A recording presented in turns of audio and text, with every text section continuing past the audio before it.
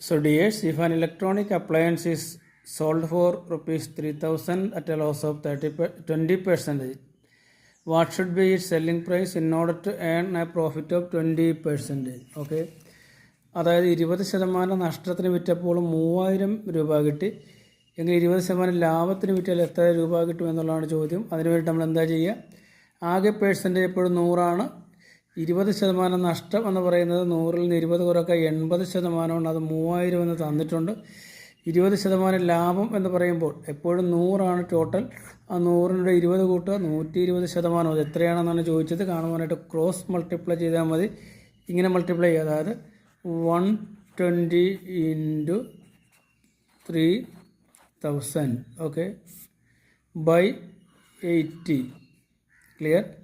ഈ സീറോയും കട്ട് ചെയ്യും. 8നെ 12നെ 4 കൊണ്ട് കട്ട് ചെയ്താലും 3, ഇവിടെ 2 പ്രാവശ്യം 8. ഈ 3000ത്തെ 2 കൊണ്ട് കട്ട് ചെയ്താൽ 1500.